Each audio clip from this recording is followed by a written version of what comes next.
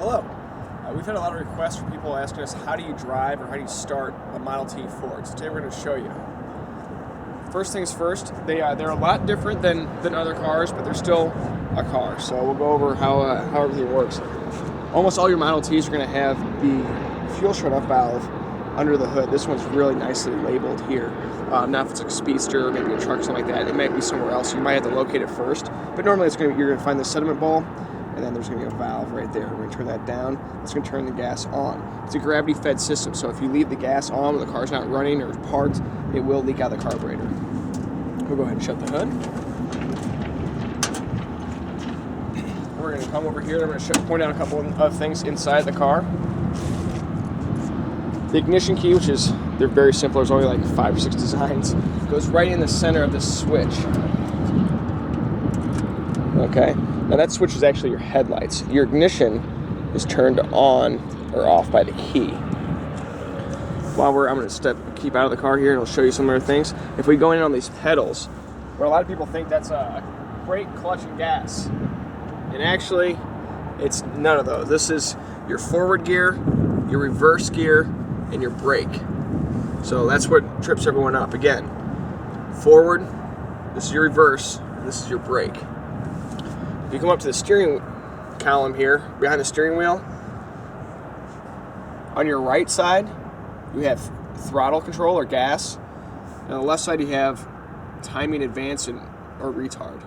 So as it goes up, you're going to retard the timing. As you bring it down, you're advancing the timing. Right here on the floorboard is looks like a bright switch or headlight button. It's actually your starter button. And then here, which everyone thinks this is a handbrake, this is actually 3 functions. All the way forward, as you can see that pedal moved a little, the forward pedal moved, that is your high gear. When this is all the way forward, the car will go by itself in forward motion. So you have to make sure you keep that back in the center if you just went for normal driving. And then you can just use the foot pedal for low gear. And if you pull it all the way back, it is a handbrake. So we'll leave that back all the way. And we're going to jump in, we're going to show you how to start it. So again, we're going to go over all this one more time. We have battery. Now you can start it magneto, but it's much easier in battery. That's what we recommend.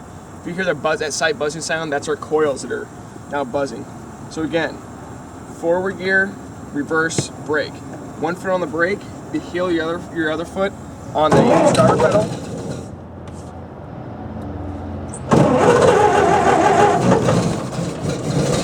And what I was doing there is starting it, I gave it just a little bit, I just advanced the timing just a little bit, because that's what this particular car likes, and just gave it a little bit of throttle.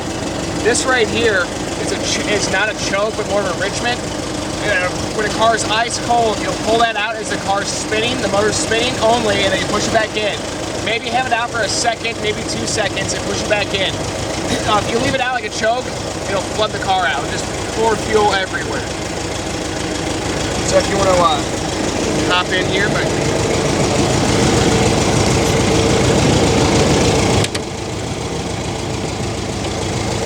okay, so again, leaving ignition to on. This switch levered right here, that's your headlights. You can see that the amp gauge moved a little bit when we did that.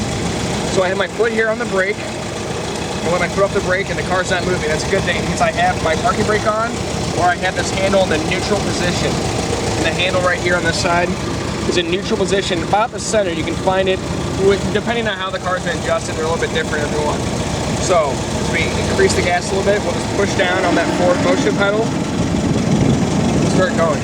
Now, as long as the handbrake looking lever is in the center position, you can do this. Foot off that pedal, the car will stop. Okay? Again, this is where it trips everyone up. That's forward motion by pushing down that pedal. Take your foot off the pedal, forward motion stops.